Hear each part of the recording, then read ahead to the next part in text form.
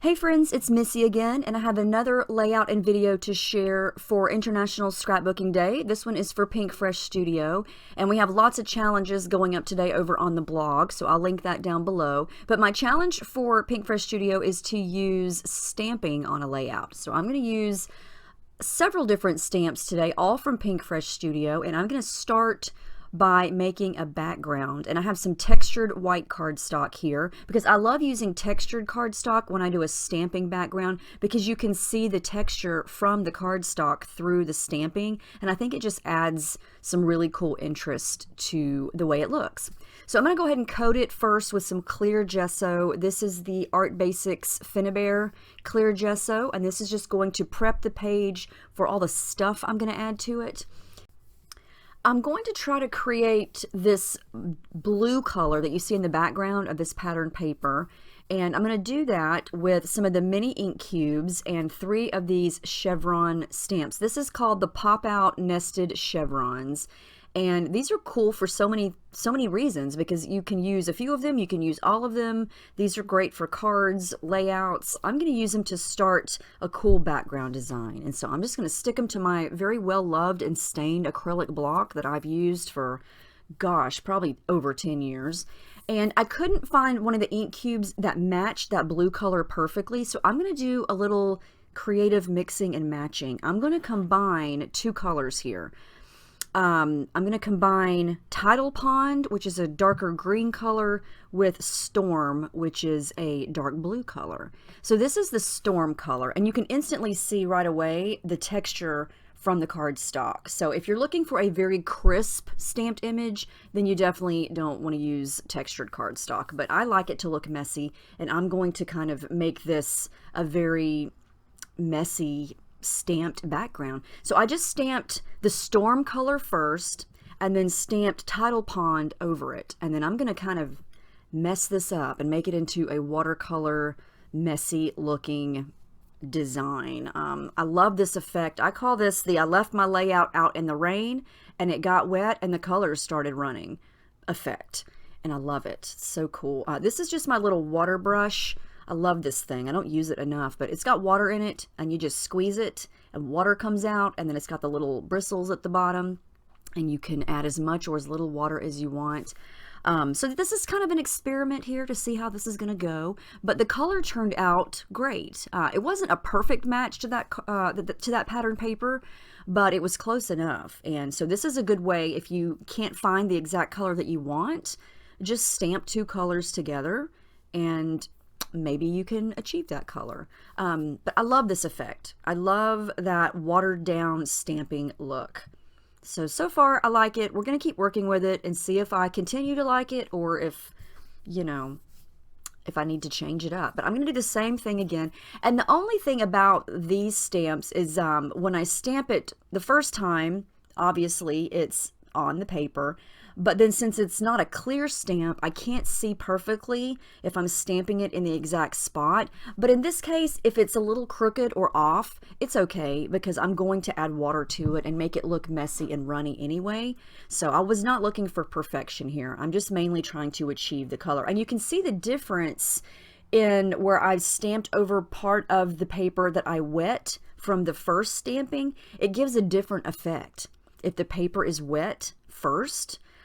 So yeah, you get lots of different effects. You just really have to kind of experiment and try this and see how it works, because you get different looks with different colors, and then depending on how many times you stamp it, it's going to look darker, it's going to look different, it's going to react with water in a different way the second time you stamp it. But I think that looks neat. I don't know, I just like that effect, and it's a different way to do a mixed media background. So I'm going to keep going. I'm going to do another segment on the right, and I think that looks really cool. If you like messy backgrounds, I highly suggest doing this. And if you don't like messy backgrounds, you could totally do this without adding the water. This could be just a perfectly crisp stamped background without adding the messy water and to make it run. You know, you do not have to do that. That's just my preference, and I think it looks cool. And it's going to look better once I add everything back on top of it, but I think it definitely looks like it was left out in the rain and it got wet. So that was what I was going for.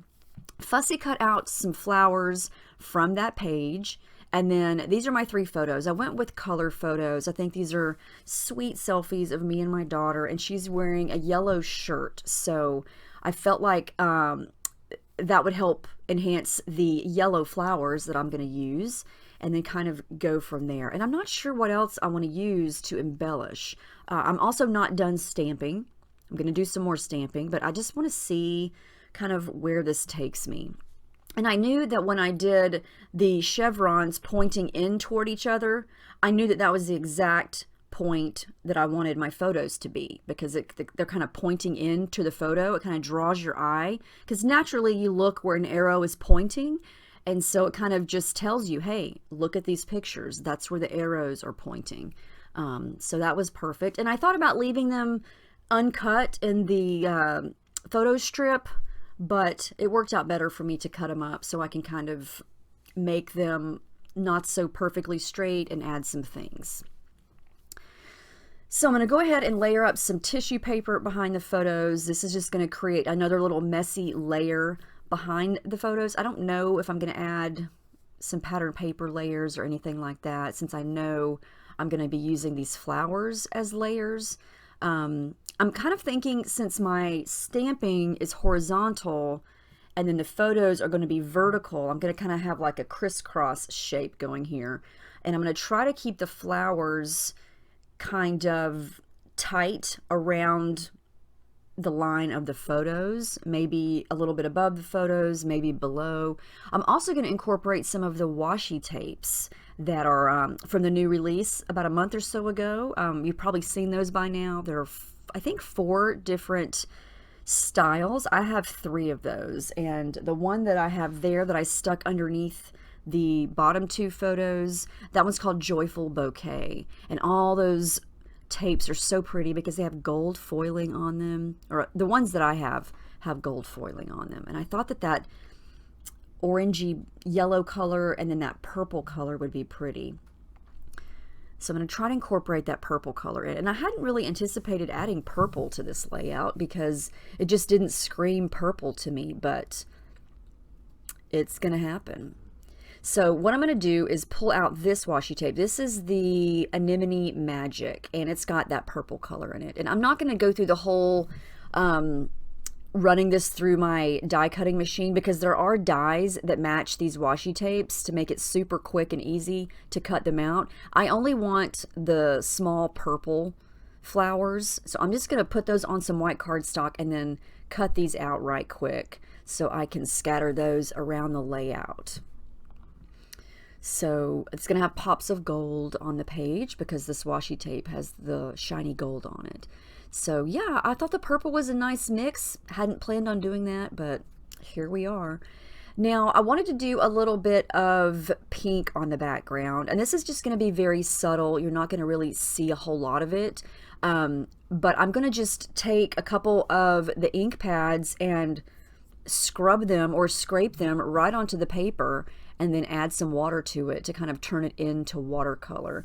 And the 2 colors that I'm using for this part are Coral Reef, that's the darker color there, and Ballet Slipper, which is the very soft pink. And I just wanted a little something kind of peeking out from around the photos there, a very light, subtle color. And I don't want this to mix with the blue on the background.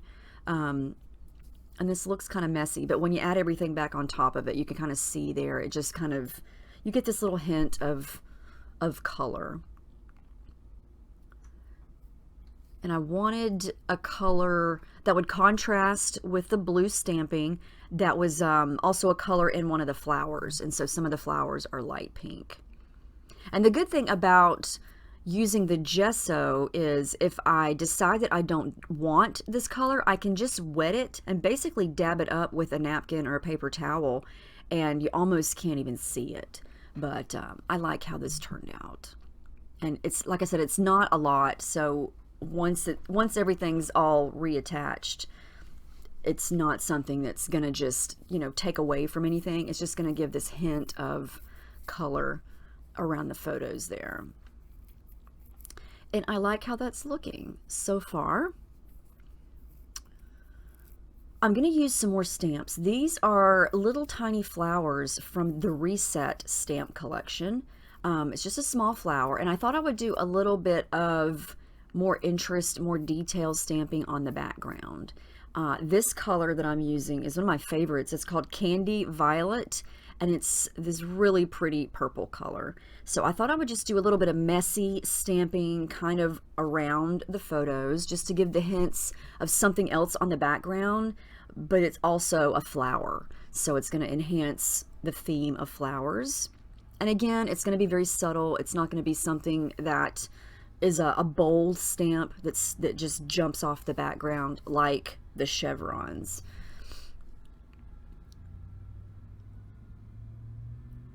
So I'm going to keep kind of rearranging everything and try to get it like I want it. And now when I scoop everything off, the pink looks kind of crazy out of place, but it makes sense when everything's back on it. Before I start to glue anything down, I do want to go ahead and add my splatters. I felt like white splatters would look really good on top of this dark, bold blue color. And so I'm just adding a little bit of water to some white acrylic paint there, and then going to town with the splatters. I just love this effect, especially on dark colors. It just kind of lightens things up and adds some interest. And I feel like white acrylic paint is the quickest and easiest way to do white splatters because it's, you know, it's thicker.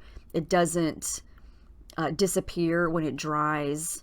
I didn't want these to be too bold, so I do kind of lighten them up right quick by dabbing up and rolling my paper towels over that, but I like how that looks.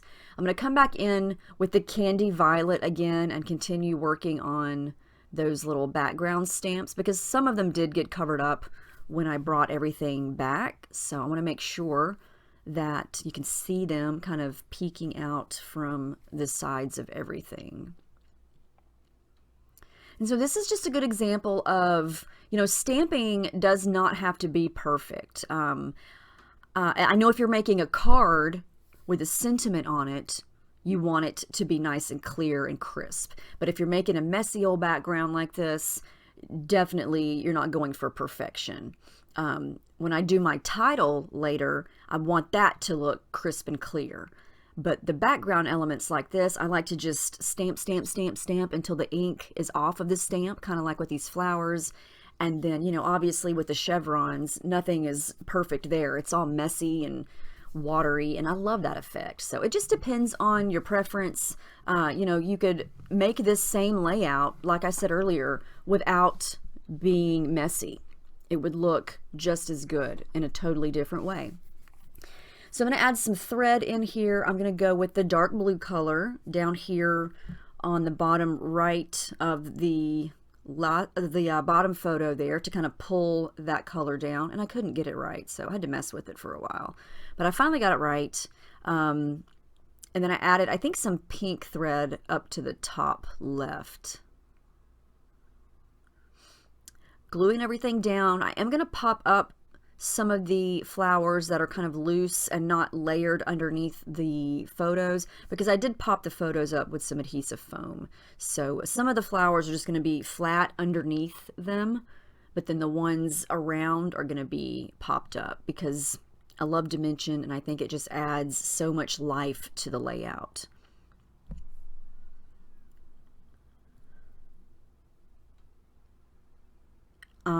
Oh, before I forget, I'm using Scotch tacky glue in my fine liner bottle there. I know I have not mentioned that in a while, but love that glue. It always works great. Now I can kind of fold up the edges of the flowers so they look like they're kind of coming right off the page. I did want to bring something over to the left-hand side so it wasn't just kind of plain. So I did bring some of the extra smaller fussy cut flowers to create a little cluster over here on this side, and it just kind of helps bring all those colors over to that side of the layout and gives that side of the page a little something. So I kind of got one of each: yellow, coral, pink, purple, and then a little tiny white flower.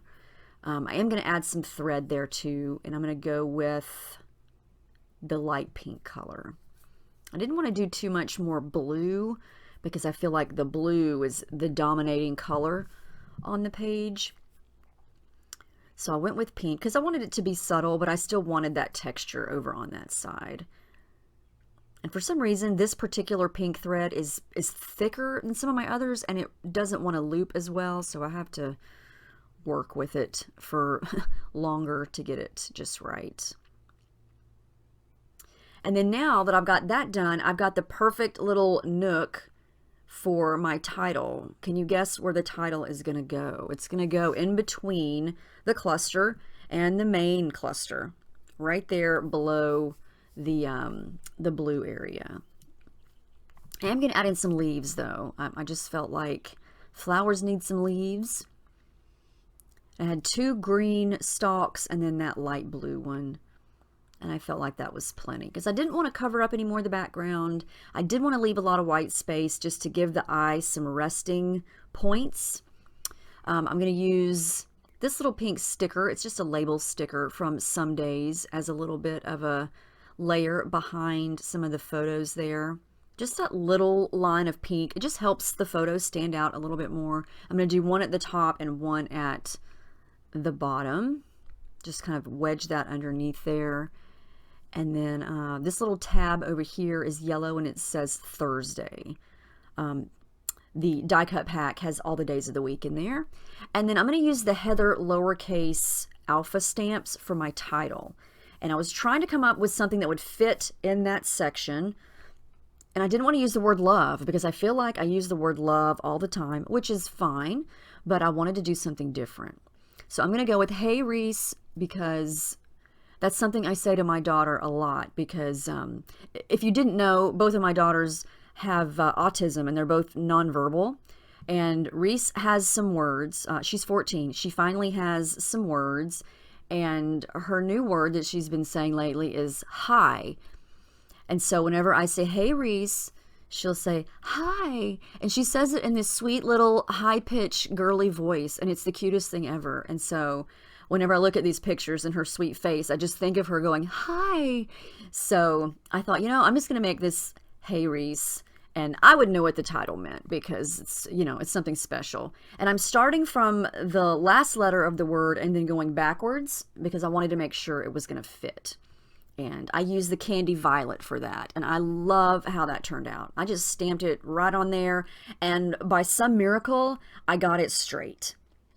Yeah, I just went for it. I thought, what are the odds of me messing this whole page up by making the title crooked? But I got it right. And I love how it turned out. I like how the top, the hay kind of blends into the blue, but it stands out. It's not too much yellow. It's that purple color, and I love it. All right, I'm almost done. I'm adding my journaling. I'm using my gold pen, and then I did add some gold splatters off camera later, but anyway, that's the final layout. I love, love, love how this turned out. I think the background turned out really fun, really neat, and interesting, and it's just bold, and I love all that texture from the cardstock. That's why I use the textured cardstock for a layout like this, because you can see the texture, and I think that looks really neat. Even through the title, you can see the texture from the cardstock. But I hope this gives you some ideas to try. Even if you don't do the whole watered down thing, try stamping a background because it is a lot of fun. You can customize it to whatever you want, whatever colors you want. And you can, it's just, you know, so many possibilities. But this is my challenge. Make sure you check out the blog. There's challenges up all day long, prizes going out. You don't want to miss out. It's International Scrapbooking Day, or as I like to call it, every other day, right? Yes. Anyway, I hope you guys enjoyed this. Let me know if you have any questions. I'll link everything down below, and I hope you have a great weekend. I'll see you next time.